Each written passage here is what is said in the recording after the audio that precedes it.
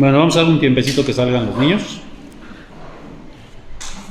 Y pues nosotros vamos a estar meditando en la lectura que hicimos, que nos hizo favor nuestra hermana Arlene de dirigir en esta hora. Y estamos en esta serie. ¿Se acuerdan que ya llevamos llevamos dos, hoy vamos a ver el tercero de esta serie, Imitemos a los valientes de David? El primero fue, y nos referimos a que eran guerreros esforzados, guerreros valientes. En la segunda vimos que eran personas o guerreros que no se apartaban de la situación cuando estaba difícil, no se hacían a un lado cuando las cosas se ponían difíciles. Y el tercero, hermanos, está aquí. ¿Cómo se llama hermanos, este tercero? ¿Cómo se llama? Entonces vamos a orar, hermanos, y vamos a pedir la dirección de nuestro Dios. Padre, en esta fría mañana, mediodía ya, en esta fría tarde, te damos gracias, Padre, porque nos tienes con bien aquí en tu casa de oración. Dispusiste nuestros corazones para que así fuese. Te damos muchas gracias porque a pesar de que hay enfermedades, a pesar de que hay diferentes problemas, diferentes situaciones, tu voluntad fue que estuviésemos aquí, Señor. Te agradecemos infinitamente y pedimos que nos hables con ese poder y con esa autoridad que tú sabes hacerlo a través de tus siervos, a través de tus ministros. Te rogamos, Padre, que estemos atentos y que tu palabra, Señor, sea de bendición, sea como un bálsamo, sea un deleite en nuestras vidas, como lo dice de sí misma.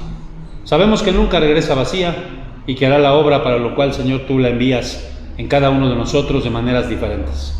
Que así sea, Señor, en Cristo Jesús. Amén y amén. Vamos a darle uno aquí, hermanos. Y bueno, aquí está ya la lectura que hicimos, pero yo quisiera que le diéramos énfasis al versículo 15 y 16. Vamos a leerlo. David dijo, ayúdenme a leerlo, con vehemencia: ¿quién me diera beber del agua del pozo de Belén que está junto a la puerta? Entonces los tres valientes irrumpieron en el campamento de los filisteos y sacaron agua del pozo de Belén que estaba a la puerta, y tomaron y le trajeron a David, mas él no la quiso beber, sino que la derramó para que Jehová... Bueno, vamos a darle uno más y vamos a tratar de imaginarnos la situación. El versículo que leímos, o los versículos que leímos, nos dice dónde estaba David.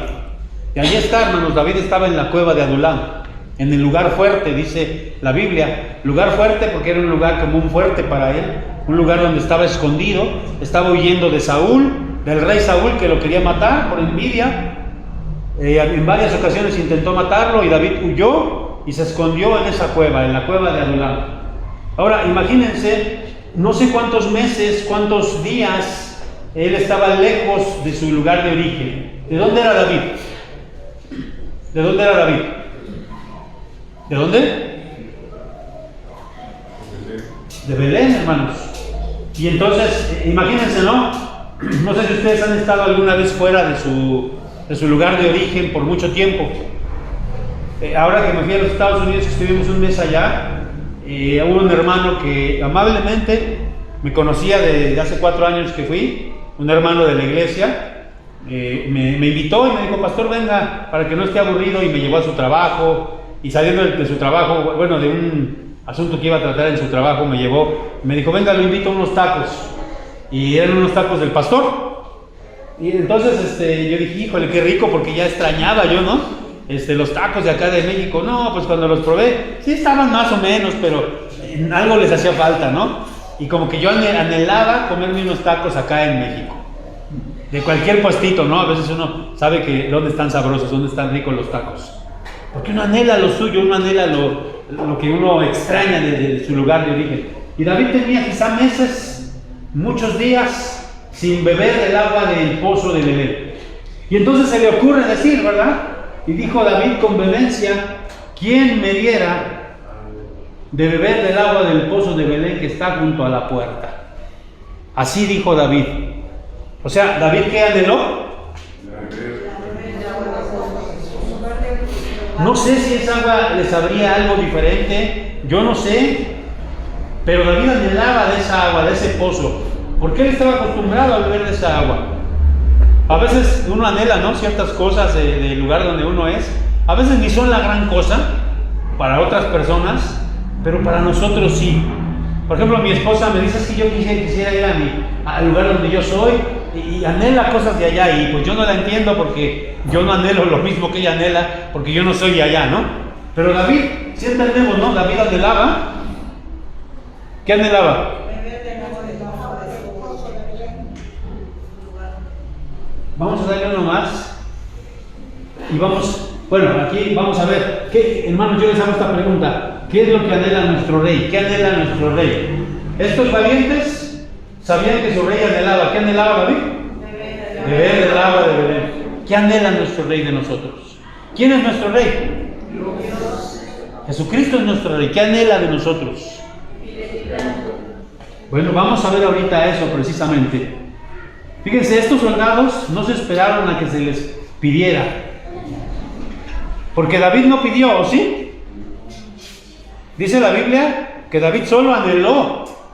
Dijo: ¿quién me diera a beber del agua del pozo que está en Belén? Él nunca les pidió que le llevaran esa agua. Y por ahí dicen, hermanos, yo he escuchado un dicho que dice así, ¿verdad? He escuchado que dicen las personas: si tengo que pedírtelo, ya no lo quiero. Por ejemplo, si una mujer anhela algo y su esposo la conoce y adivina su pensamiento casi y se lo lleva, la mujer con agrado lo va a recibir. Pero si nosotros tenemos que pedirlo, también los varones, si tenemos que pedirlo, pues si yo tengo que pedirlo, ya no lo quiero. Pero David solo anheló. Y miren lo que dice aquí en el versículo 16. Entonces los tres valientes, fíjense, los tres, ¿a quién estamos imitando? Entonces los tres valientes irrumpieron por el campamento de los filisteos y sacaron agua del pozo de Belén, que está junto a la puerta, y tomaron y la trajeron a David, mas él no la quiso beber. Bueno, hasta ahí le vamos a dejar la lectura. David, hermanos, no lo pidió, solo lo deseó. Y estos hombres, yo creo que pensaban y decían: los deseos de David, que es nuestro rey, que es nuestro general, que es nuestro capitán, es nuestro dirigente, los deseamos cumplir. Y miren aquí, hermanos, lo que dice. Hay muchos pasajes de la Biblia, muchos pasajes que nos indican qué es lo que Dios quiere de nosotros. Pero uno que me queda muy claro a mí es Miqueas 6:8. Incluso es un canto. No sé si la iglesia se lo sepa, no sé si lo hemos cantado aquí. No sé, hermana Ari, si no sabemos ese canto que dice: me ha mostrado el Señor lo que es bueno y lo que pide Él de mí, hacer justicia, misericordia y ser humilde ante Él. Es lo que dice Miqueas. Entonces, ¿qué es lo que quiere Dios de nosotros? Es un versículo que nos está diciendo lo que quiere Dios de nosotros. ¿Que hagamos qué? Dice ahí, justicia, que seamos justos en todo lo que hagamos, que seamos justos con nuestros hijos, que hagamos justicia en todo, que no seamos nosotros personas que estemos haciendo injusticias en la vida. Pero también dice que seamos, ¿qué dice ahí? Justicia, y que amemos misericordia, que cuando los demás fallen, no les apuntemos, no estemos ahí encima de ellos, que seamos misericordiosos. Eso es lo que pide la Biblia, lo que pide Dios de nosotros. Pero también dice que seamos ¿qué?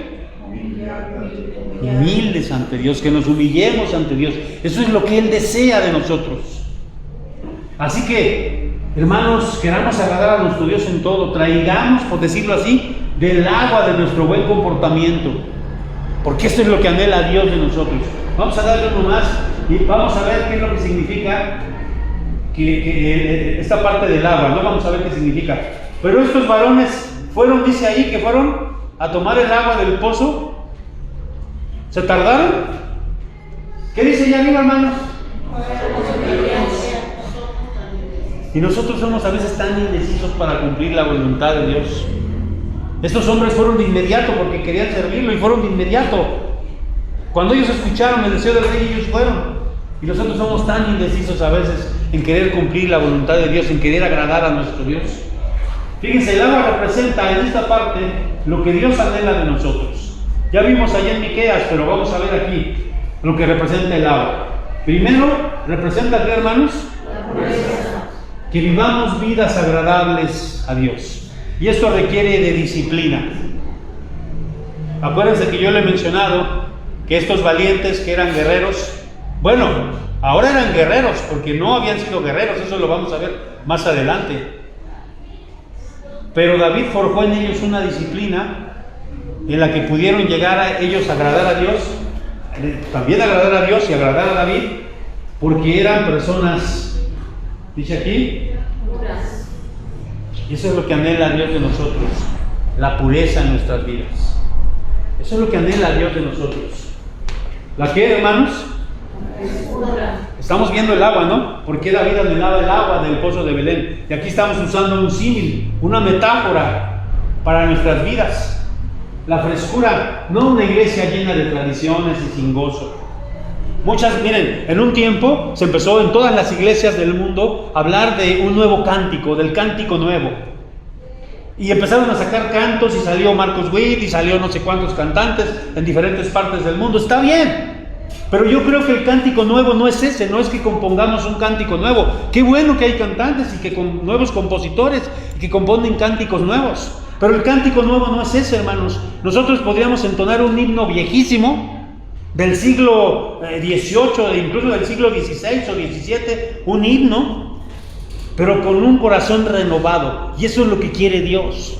Porque podemos cantar los cánticos más modernos y hacerlo de manera rutinaria, de manera sin gozo, sin alegría. ¿Sí me explico, hermanos? Lo que quiere Dios es la frescura de su iglesia.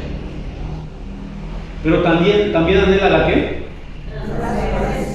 Vidas nítidas, nada que ocultar. Miren, yo no sé, a mí voy a sacar mi teléfono, porque no sé, hay personas que tienen su teléfono con su clave, y la mujer no puede entrar a su teléfono. O el marido no puede entrar al teléfono de la mujer, porque tiene la clave y no se sabe la contraseña del marido. Yo tengo mi teléfono tiene contraseña, mi tablet tiene contraseña, mi computadora tiene contraseña, porque es una cuestión de seguridad. Pero en mi casa todo el mundo sabe la clave de mi computadora, todo el mundo sabe, hermanos. Porque eso significa que somos ¿qué? Porque si entonces yo no le doy la clave a mi esposa, ¿qué quiere decir? Que algo oculto, ¿no? Jóvenes, ustedes también, y nosotros deberíamos tener incluso la clave de los teléfonos de nuestros hijos, porque no tienen nada que ocultar, porque debemos ser transparentes.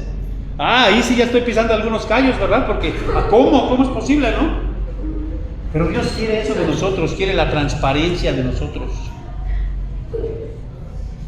Que seamos cristianos transparentes. Vamos a darle uno más, hermano. Y de esa manera estamos agradando a nuestro Dios. Ahora, como segunda enseñanza, ¿qué dice aquí, hermanos? ¿Qué hicieron estos valientes?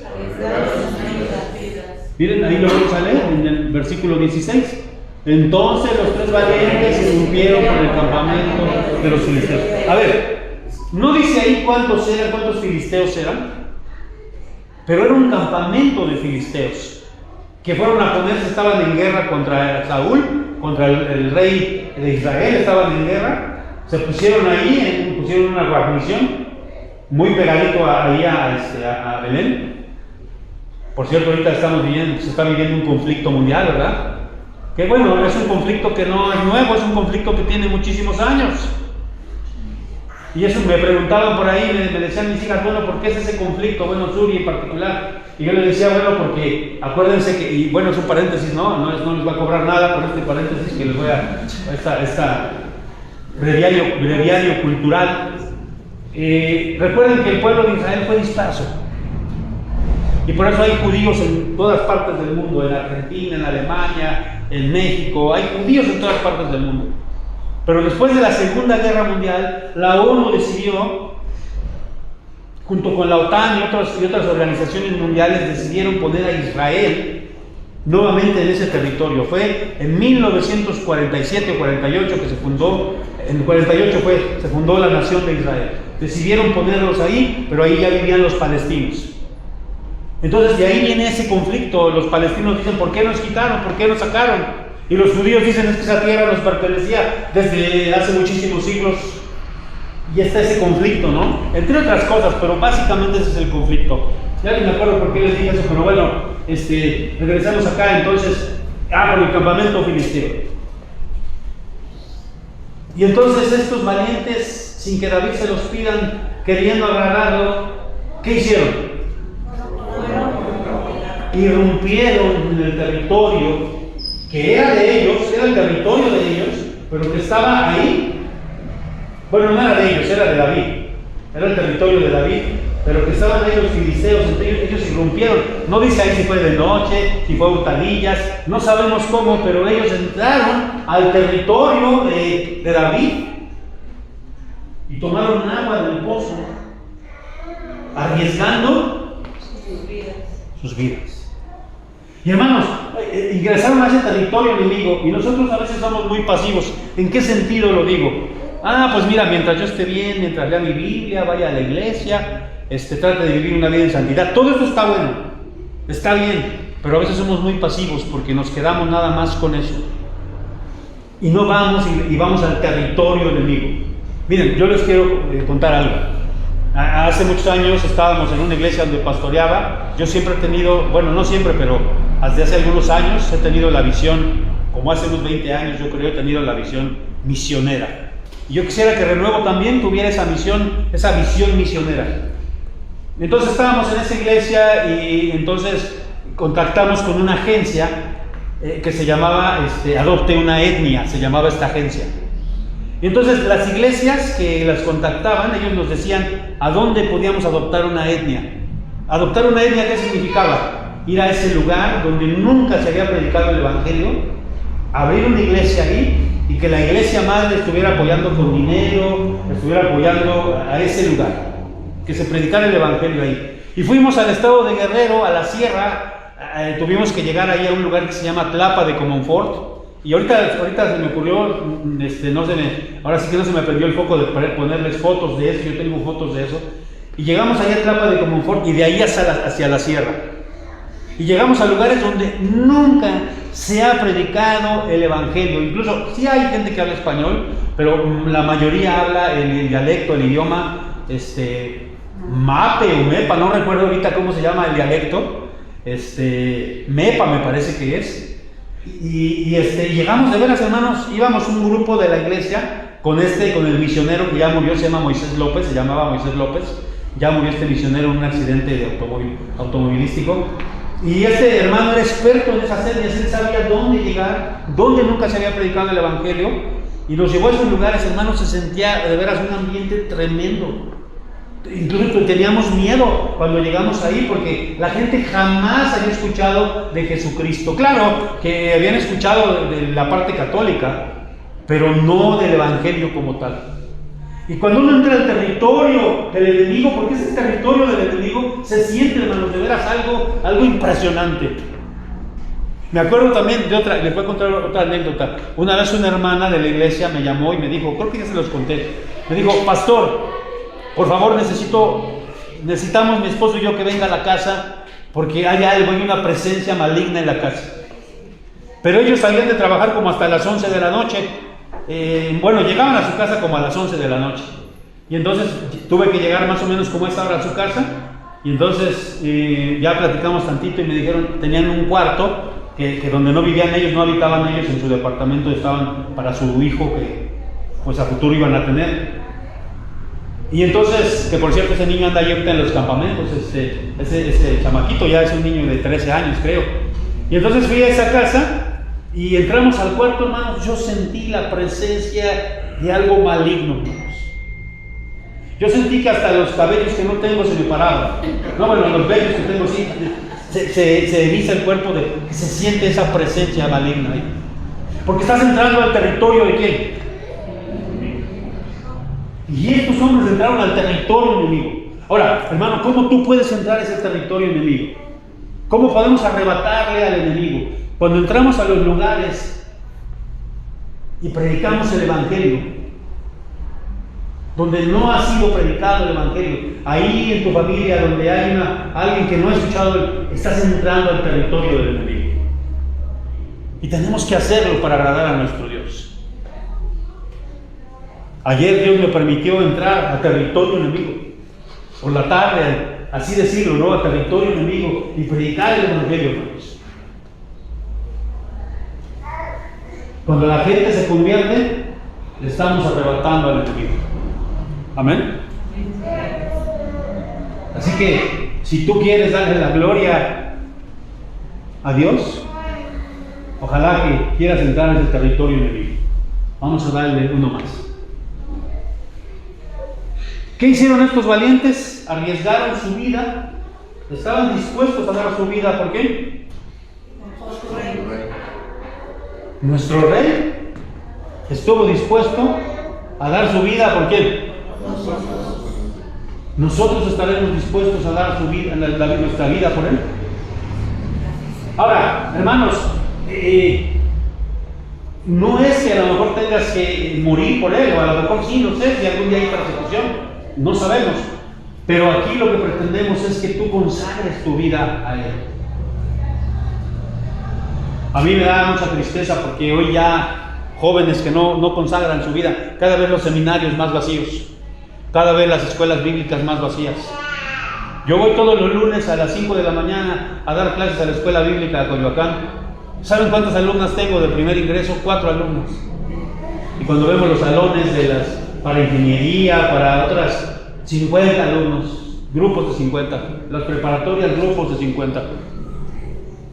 Porque hoy nuestros jóvenes ya no están atendiendo ese llamado de dar sus vidas para el Señor. No, porque los mismos papás: te vas a morir de hambre, mija, ¿cómo vas a ser misionera? ¿Cómo vas a ser pastor? Y debemos estar dispuestos. Ahora, no necesariamente tienes que ser pastor o misionera. Puedes ser un abogado, pero que lo seas para Dios, no para ganar dinero, sino para que le traigas agua fresca y limpia a Dios.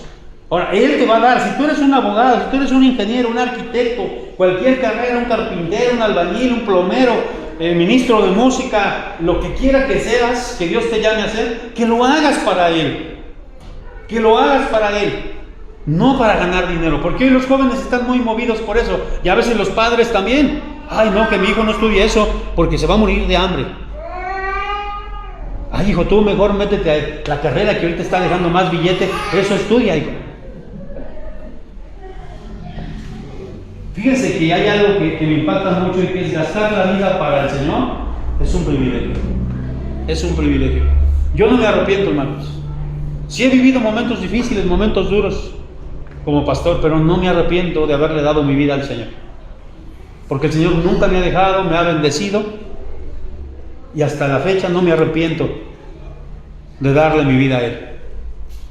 Ojalá que tú, en el ámbito donde estés, le quieras dar tu vida al Señor, de veras. Y como dije hace ratito, mencionaba ahorita, ¿verdad? Si algún día llega la circunstancia de que haya una persecución, ojalá que no, pero si llegara, y ojalá también estuviésemos dispuestos a dar la vida por el Señor. Amén. Ojalá que así sea. Vamos a darle uno más y vamos a ver esta última parte, la tercera parte. Estos hombres, ¿qué dice ahí?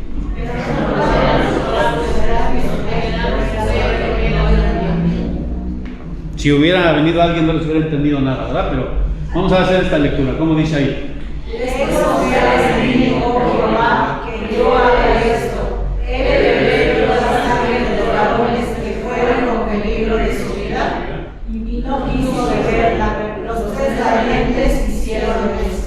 Es decir, eran hombres honorables, sí eran hombres honorables, porque su rey era honorable. Aquí David mostró una honorabilidad tremenda, porque cuando le trajeron el agua, él no sabía, pero cuando de sorpresa le trajeron el agua, que él tanto anhelaba, ¿qué dijo David? Dios me libre de beber esta agua, porque es como si estuviera bebiendo la sangre de estos valientes. ¿Por qué digo la sangre? Porque ellos arriesgaron su vida, y él entonces tomó esto como un acto de honor, porque él era un hombre de honor, era un militar de honor. Nosotros somos militares, ya les he dicho hasta el cansancio esto. Tenemos que ser hombres y mujeres de honor, y no tenemos que menospreciar la sangre que derramó nuestro Señor Jesucristo. Y cada vez que nosotros hacemos un acto de honor, cuando nosotros jóvenes dicen por ahí en sus escuelas: no, yo no fumo, ese es un acto de honor. Señoritas, cuando dicen: no, yo no acepto una caricia que no es válida, ese es un acto de honor. Hermanas, cuando ustedes glorifican a sus maridos en el sentido de que son buenas mujeres, es un acto de honor. Varones, cuando ustedes honran a sus esposas con una, no sé, un detalle, eso es un acto de honor. Y esos actos de honor, ¿quién los ve bien, hermanos? Vamos a darle uno más acá, hermanos. ¿Cuántos menosprecian el sacrificio del Señor? La sangre que Él derramó. David no menospreció la sangre que pudieron haber derramado sus valientes. ¿Y qué hizo David? Esa agua no la bebió. ¿A quién se la ofreció? A Dios. Miren cuántos menosprecian la sangre de Cristo. Y voy a poner solo algunos ejemplos. Cuando no vienen a los cultos porque tienen cosas más importantes que hacer. Tienen cosas más importantes que hacer. Lo que yo decía, ¿no? A los que Dios les ha llamado, y lo que yo decía hace rato, de veras, hermanos, da tristeza ver los seminarios vacíos. A mí me gustaría, y dicen por ahí que yo tengo buena mano para eso. Siempre en las iglesias donde he estado, ha habido gente que va al seminario. Yo espero que esta no sea la excepción. Yo espero que por ahí Dios esté tocando a alguien que quiera ir a prepararse para servir al Señor. Ojalá que así sea, hermanos. Llamar a las misiones. Hay matrimonios que ya están, miren, jubilados, los dos, que ya no se están viendo las caras. Es tiempo, podrían irse a trabajar a las misiones. No es imposible, hermanos. Yo les comenté de un hermano que su esposa nunca estuvo de acuerdo en que él fuera misionero. Y hasta que murió la esposa, él tenía 70 años cuando la esposa murió, y él se fue a trabajar a las misiones. Hermanas, no se esperen. Hermanos, no se esperen a que pase eso, ¿verdad? Pero un llamado también a que vivamos en santidad, que eso es lo que le agrada a Dios. ¿Sí identifican qué es esto? A lo mejor se le haga algo muy feo, ¿no? No sé, ¿es una qué? Una piedra, es una veta de minerales. Y consideren esto, ¿de dónde nos sacó Dios a nosotros? Hay una palabra ahí bien tremenda que usa la Biblia. Nos sacó de la escoria. ¿Saben? Estos minerales que están aquí, que no son oro, esta piedra tiene que limpiarse para extraer el oro. Y quitan toda la escoria. ¿La escoria qué es? La basura, los minerales que no sirven, lo que no es oro. Entonces, cuando dice que el Señor nos sacó de la escoria, ¿de dónde nos sacó el Señor? ¿Qué significa eso de la escoria? ¿De dónde nos sacó? Miren, estos valientes de David no eran honorables desde el principio. Miren lo que dice aquí. Segundo libro de Samuel 22, 1, ¿cómo dice? Y 2 también. Entonces salió de Gat y escapó a la cueva de Adulam. Al poco tiempo sus hermanos y demás parientes se unieron a él allí. Luego comenzaron a llegar otros hombres que tenían problemas, o que estaban endeudados, o que simplemente estaban descontentos. Y David llegó a ser capitán de unos 400 hombres. Está hablando de esta época. Entonces, estos valientes que fueron los primeros que acompañaron a David, ¿de dónde salieron? Salieron de la escoria, hermanos. No siempre fueron honorables, pero David los formó para que fueran hombres honorables, valientes, de estos que podríamos decir andrajosos, mugrosos, mercenarios, incluso David hizo hombres de honor. Recuerda de dónde te ha sacado Dios, hermano. ¿De dónde nos ha sacado Dios? Vamos a darle uno más y con esto terminamos. Qué agradable es a nuestro Dios cuando ¿qué dice, hermanos? Eso le agrada a Dios. Cuando tú no estás esperando que Dios te pida, o que el pastor a cada rato te esté diciendo, lee la Biblia, ora, y te lo esté recordando siempre, sino tú, con esos actos, quieres honrar a tu Dios. Cuando tú, sin que Él te lo pida, quieres honrarlo. Amén. Vamos a orar. Padre Santo, gracias porque tú pides de nosotros, Señor, como ya vimos acá, que seamos hombres honorables, mujeres honorables. Como dice en Miqueas, Señor, que hagamos justicia, misericordia y que nos humillemos ante ti. O como el ejemplo de la metáfora del agua, que seamos puros, que seamos transparentes y que seamos también frescos. Eso pides de nosotros, Señor. Así que te rogamos que hagas de esta iglesia, de esta congregación, una congregación que te quiera agradar en todo. Que así sea, Señor.